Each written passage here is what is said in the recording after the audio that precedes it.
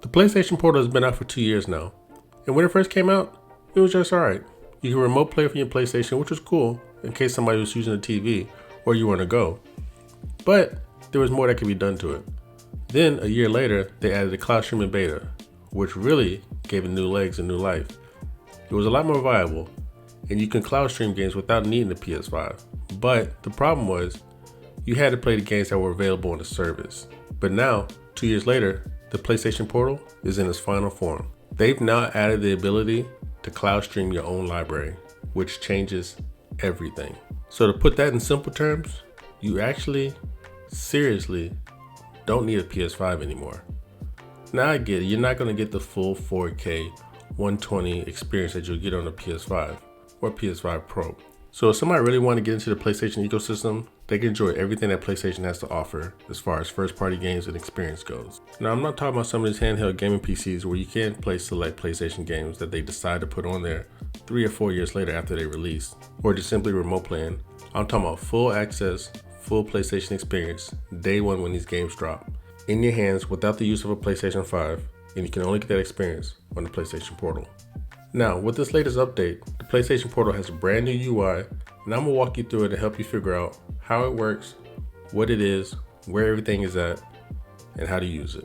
So as I said, up until now, there was only 2 ways you could really use your PlayStation Portal, which was to remote play, which means you'd have to have a PS5 already, to be able to remotely access your dashboard over the internet.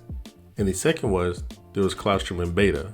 Now it wasn't the full library, but they had a select amount of games that you could play and try, but you had to be a PlayStation Plus premium subscriber. And there were a decent amount of games on there, about 250 to 300 games. But 2 years later, this most recent update changes how this PlayStation Portal can be used. Now if you haven't used your PlayStation Portal in a while, you might receive a notification that you have an update. And if you don't, just simply go into your settings, go to System Software, and go to Update System Software, and you can do it there. Now after updating the PlayStation Portal, you should now notice that you have a new home screen with 3 new tabs. The first one is the PlayStation Portal, where you can still remote play like we've always been able to do since day one. It basically allows you to connect to your PlayStation that you already have set up at home and play it remotely over the internet. The second one is the cloud streaming. Now last year, this was in beta and only had a select amount of games. Now, when you go to cloud streaming, you should see 2 options. The first is streaming games in your library. Now these are the games that you currently own or purchase, and it's listed from new to old. And you can play everything from Ghost of Yote, which just came out, to games like Mafia: The Old Country, and even Fortnite. And lastly, you can go to PlayStation.com and check their website, and they'll give you a full list of every game that's available to play via cloud streaming. There's close to 3,000 games. Now if we go back a screen to the main cloud streaming menu, we can go to our second option, which is streaming games on PlayStation Plus. Now this is a curated library where PlayStation offers close to 300 games available for you to play and try, even if you currently don't own them. And this is what we got introduced to last year.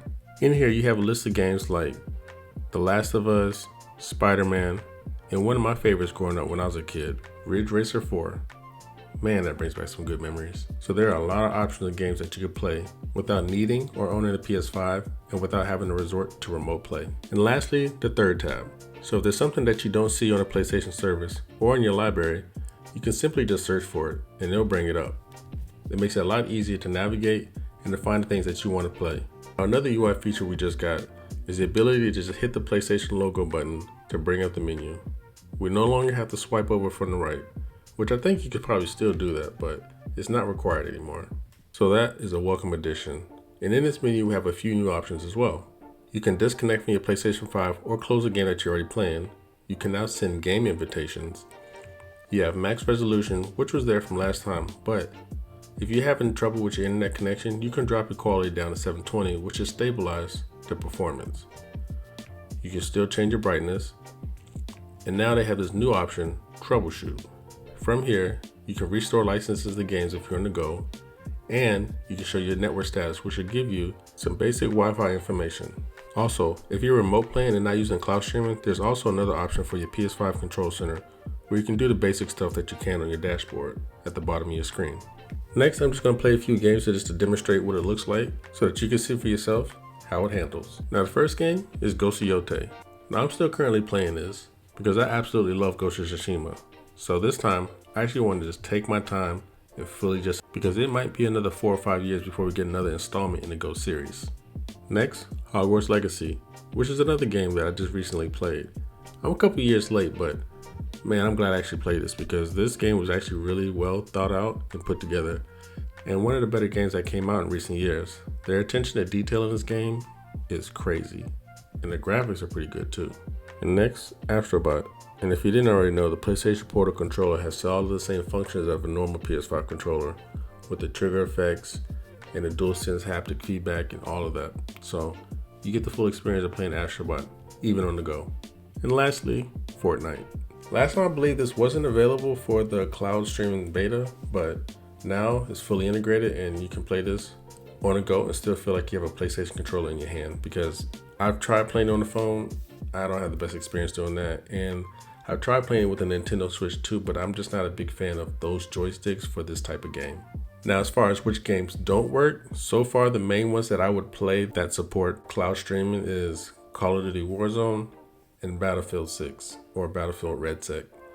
Now, I'm not even sure that you would even want to play these games in that format, because the timing of those type of games is very critical, and with its cloud streaming, it's still got a bit of a delay. So the cloud streaming aspect, I think you will get the most benefit and the best experience if you're just playing single player games or campaign or story mode type games. One more thing I think it's important to point out that I've noticed, that any game that has a PlayStation Plus stream icon is available to play over cloud streaming on the PlayStation Portal. So that's just another thing that you can check just to make sure your games are supported that way.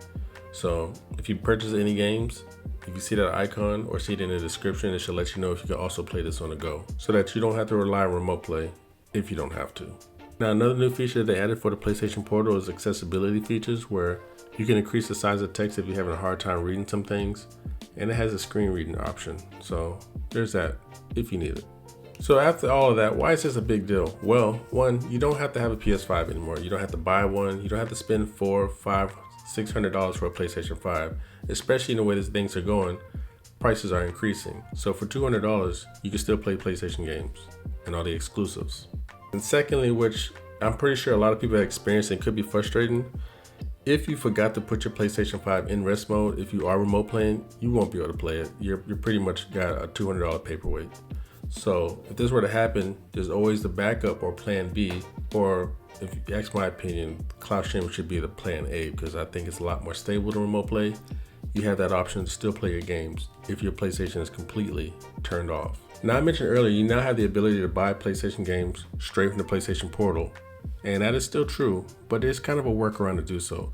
If you go to purchase a game, it's going to give you a QR code, which means you have to scan with your phone's camera and purchase it on your phone that way, and then you can play it. But it's not a huge deal, but it's just one of those things that I would like to see, be able to just do it straight from your PlayStation Portal. But I'm sure they'll probably bring that in the future. And one last thing, they now have the ability to put a passcode lock on your PlayStation Portal, so if you were to lose it, somebody just can't take it and just cloud stream in your account. They would need that passcode to even access the PlayStation Portal to even play it. So it's just another extra layer of security. Anyways, that's my 2-year review, from everything from how it started to just remote playing to the year later we got the cloud streaming beta to now we have full cloud streaming, and we can even cloud stream our own games. So the PlayStation Portal right now is what I think a lot of people were hoping it was from day one, and it took a few years, but we're here. We have pretty much every game at our disposal right now on the go, and we don't have to have a PlayStation 5 at all to even play any of these games. But unfortunately, you still have to have the PlayStation Plus premium account, which is unfortunate, especially if you're trying to play your own games that you already own, but it is what it is. Who knows, maybe one day it'll come out with a cheaper tier if you're just going to play your own games. But anyways, if you enjoyed that video or even found it helpful, please drop a like, leave me a comment. Do you have a PlayStation Portal? Do you plan on getting one now? How do you feel about it? Are you still not feeling it? And subscribe to the channel if you want more PlayStation content or other content like this. And I'll catch you in the next one.